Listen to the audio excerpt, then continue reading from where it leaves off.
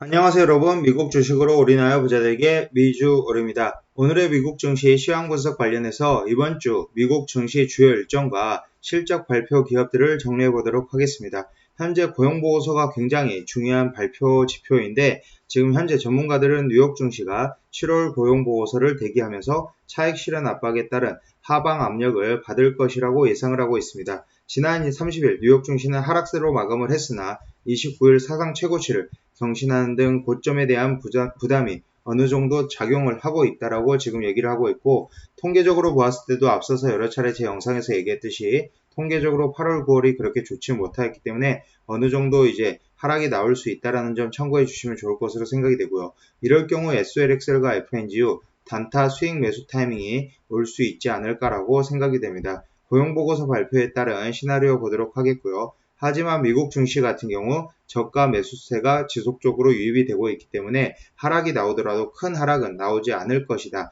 지속적으로 증시는 하반기까지 우상향을 이어갈 것이다 라고 생각이 됩니다.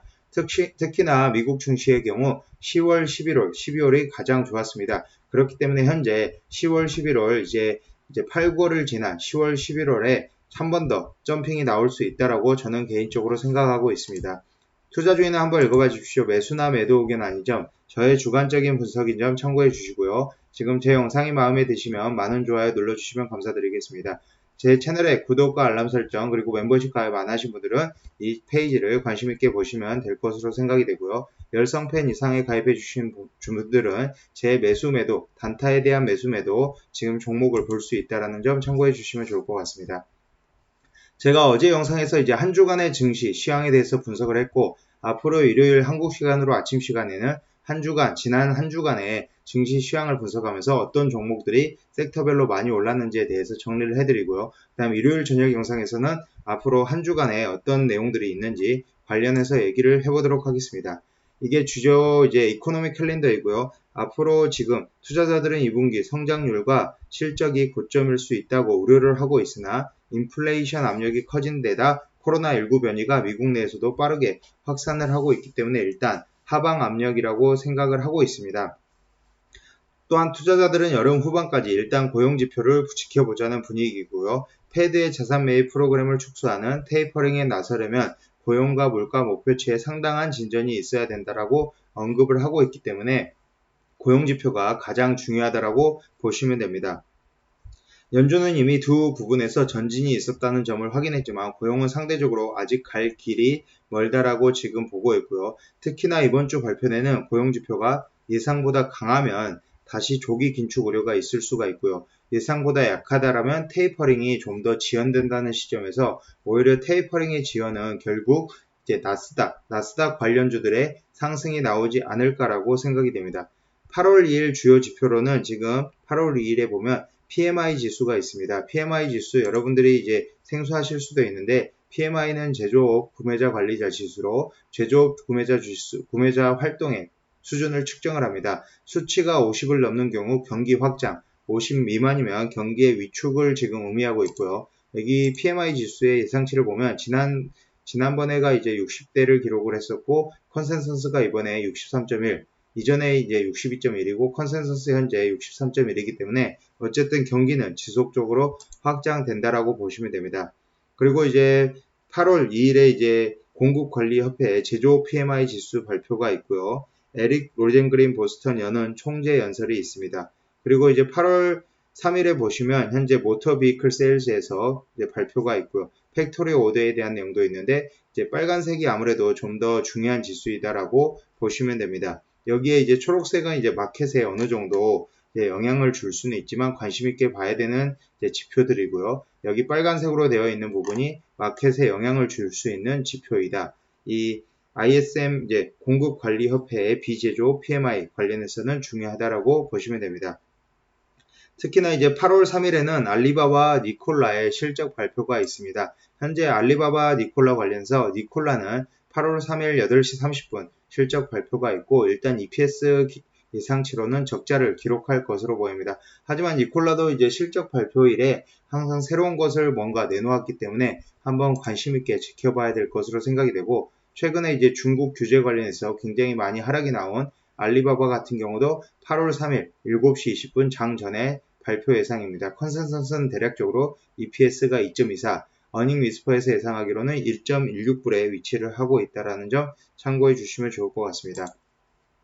8월 4일에 이제 ADP 고용보고서가 나옵니다. 이 고용보고서 굉장히 중요하다라고 앞서서 얘기를 했고요. 리처드 클라리다 연준 부의장 이제 발표가 연설이 있다라고 보시면 되고, 주요 발표된 기업으로는 CVS 헬스, MGM, 리조트, 우버 실적이 발표 예상되어 있습니다. 우버 같은 경우도 현재 8월 4일 장 종료 후 4시 5분에 실적 발표가 있고, 역시나 이제 우버 같은 경우도 이제 적자 기업이고, 최근에 이제 소프트뱅크 이제 매각 관련해서 하락이 나왔다라는 점 참고해 주시면 좋을 것 같고요. 앞으로 이제 제가 이 영상 이후에는 별도로 테이블로 만들어서 앞으로 실적 발표 기업들, 요일별 실적 발표 기업들에 대해서 올려드리도록 하겠습니다. 추가로 이제 8월 5일 지금 보시면 이제 무역 지수가 있고 주간 신규 실업보험 청구자 수도 있습니다. 잡리스 클레임이라고 해서 굉장히 이제 중요한 지표이고요. 8시 30분 장 시작 전에 발표가 됩니다. 보통 이 잡리스 클레임에 따라서 이제 결국은 주가의 선물에 이제 위아래 등락폭이 굉장히 중요해질 것으로 생각이 되고 8월 5일이 굉장히 중요한 날이라고 생각해 주시면 좋을 것 같습니다. 이전에 대략적으로 40만 명의 이제 실업률을 기록을 했고 예측치 컨센서스 레인지가 33만 9천에서 41만이었는데 이 정도 안에 수준에 들어왔다라고 보시면 됩니다. 현재 8월 6일에는 비농업 부문 신규 고용과 실업률에 대해서 있고요. 지금 현재 실업률 같은 경우도 현재 주목을 해야 되는데 실업률은 5.7%로 전달에 5.9%에서 낮아질 것으로, 그러니까 고용에 대한 이제 뭔가 경제는 회복이 된다라고 보시면 되고요. 하지만 이제 델타 변이가 한창 최근에 이제 극성이었기 때문에 실업률이 예상치보다 좀 더 높을 수가 있습니다. 그럴 경우 테이퍼링이 좀 더 지연된다라는 의미로 오히려 나스닥에는 좀 더 호재, 그리고 다우나 S&P 500 종목들에는 좀 더 하방 압력을 주지 않을까. 결론적으로 현재 IT 성장주 나스닥들은 한 번 더 성장이 나올 것으로 저는 생각이 되고요. S&P나 나스닥의 성장은 결국 이 SOXL이나 FNG를 잘만 저가에 매수를 하면 대략적으로 20에서 50%까지도 수익을 볼 수 있다는 점 참고해 주시면 좋을 것 같습니다.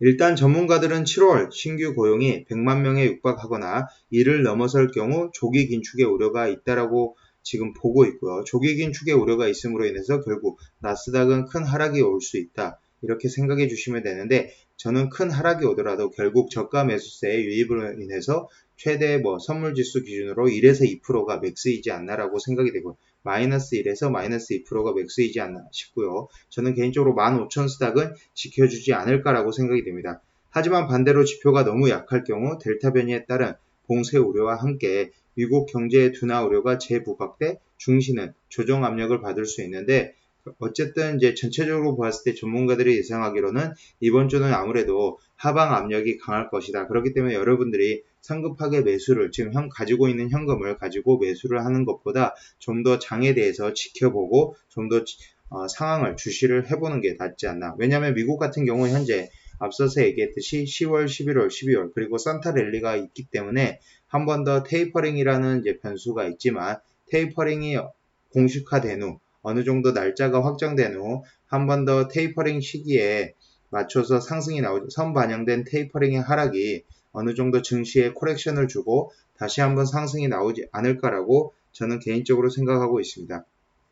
특히나 10년물 금리는 델타 변이에 대한 우려가 지속되면서 1.2%대로 다시 떨어진 상태이고요. 저금리의 환경은 기술주에는 긍정적이지만 은행이나 에너지, 산업 등 리플레이션 거래에 유리한 종목들은 압박을 받을 수 없다. 그렇기 때문에 현재 나스닥은 오히려 이런 상황에서 호재이고, 오히려 다우존스에 포함된 종목들은 좀 더 불리하다라고 생각해 주시면 좋을 것 같습니다. 제가 오늘은 SLXL 관련해서 차트를 한 번 더 보도록 하겠습니다. SLXL 현재 만약에 분할 매도를 한다라면 전 고점인 44불 때부터 지금 현재 44.39불인데 조금 44.59불, 이 45불대에서 분할 매도를 꼭 하는 게 맞다라고 생각이 되고요. 일단 RSI는 59.28에 위치를 하고 있습니다. CCI 특히나 113.89로 보조지표상으로는 매도 시그널이라는 점 꼭 참고해 주시면 좋을 것 같고요. FNGU는 지금 제가 시황 분석 영상에서 SLXL과 FNGU 매일매일 다루고 있는데 FNGU는 제가 지난 금요일에 분할 매수를 했습니다. 그렇기 때문에 FNGU는 저는 개인적으로 한 번 더 상승이 나와서 알리바바와 바이두가 반등이 나오고 다른 빅테크 종목들 특히 아마존이 제대로 된 반등이 한 번 나와서 대략적으로 한 36불대, 37불대까지는 무난하게 상승해 주지 않을까라고 생각이 되고요. 높게 잡아서는 한 38불대까지도 상승이 나왔으면 하는 바람인데 한번 지켜봐야 될 것으로 생각이 됩니다.